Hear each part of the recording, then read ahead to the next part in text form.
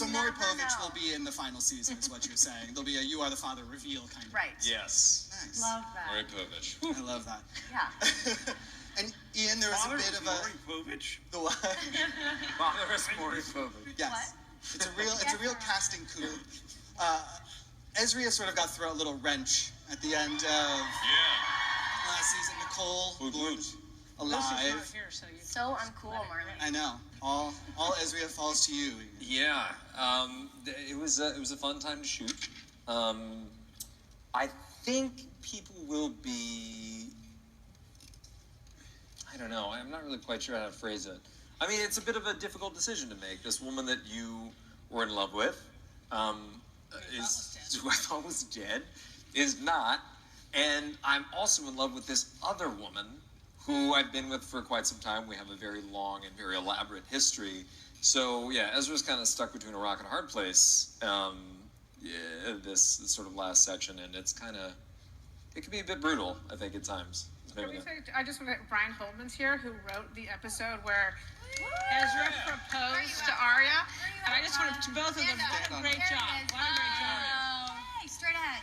12 o'clock.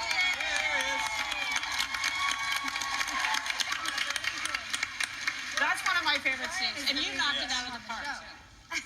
Well, it was easy to do when you had great words to say that I continuously messed up. But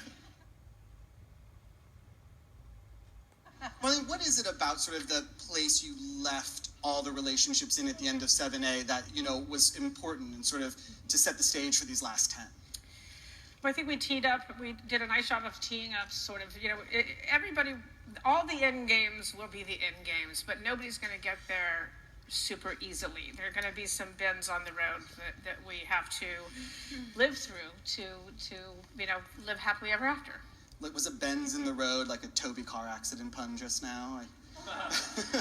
But I mean, listen, since Keegan and Troy aren't here, I'll ask Joe, I mean, what can you sort of tease about the future of that? We had this kiss, and then we don't know what's happened to Toby's other love interest. Where do we find them in 7B, besides unconscious halfway? As is the case with many of the writers unconscious. It's interesting, it's Marlene's book, is that their end game is end game, but without hurdles, then the prize isn't worth anything. I mean, there are so many fans simply say, why can't they just be happy? And I basically says, well, who wants to see that? I don't want to just have breakfast. We gotta have some struggle here. You have to earn your happy endings. It's worth it. Yeah, it is. Absolutely. Yeah. Well, Janelle, I feel like no one has, had maybe as many struggles as Mona has during the course of the show. You guys, she has been a mess at times. We've seen her in with the liars, out with the liars, trying to kill some of them. I mean, it's normal. Casual friendships. Tuesday. It happens. Yeah. Where do we find her, in this last stretch? I mean, what excites you about what her 7B is? She's still Mona, and I think that's kind of what makes her character interesting, is that you never really know what side she's on, and these last 10 episodes are no different for her.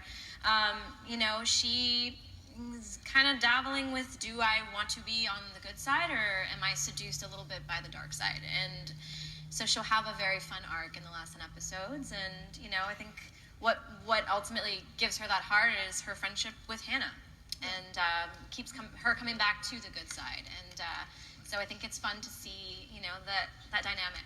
Absolutely.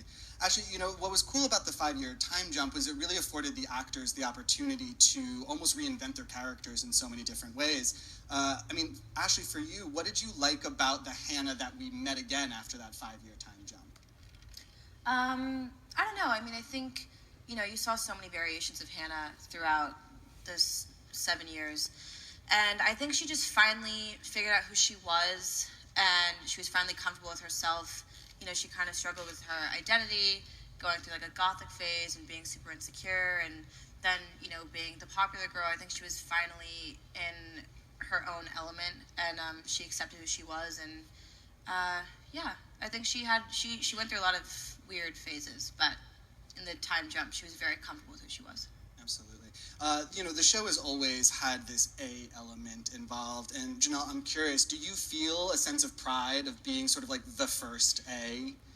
Yeah, that was fun. It was also the scariest moment ever because, I knew what that meant to give A a face finally. And I was like, gosh, I hope I pull that off, and I hope I do our writers proud, and I hope I do the fans proud, because that's a big moment to have that reveal. Yes, but I do have to say, I do have a little bit of pride that I was the first one to wear that hoodie. That was fun.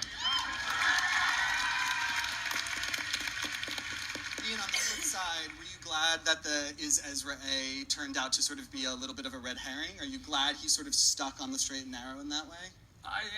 Yes and no. I mean, I was very excited, and like so much so that when we had scenes where I had to be somewhat menacing, like I think we had a scene. We were out, like outside, Yeah, and having coffee. yeah, right. It was like the most like angry coffee, and I think it was like maybe Norman directed that episode because he came over to me at one point and was like, "Yeah, let's get some Norman Buckley love." Yeah.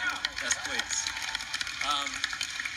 He came over to me at one point and he was like, he came over to both of us and was like, Janelle, really, really good job. You need to cool it down. Like he was, it was just very much like, I'm gonna kill everybody. And then they were like, no, that's not what's happening. So no, it was like a nice sort of arc to play and then to sort of come back around. And it was something that was so big and kind of nasty in his relationship with Arya that like the fact that they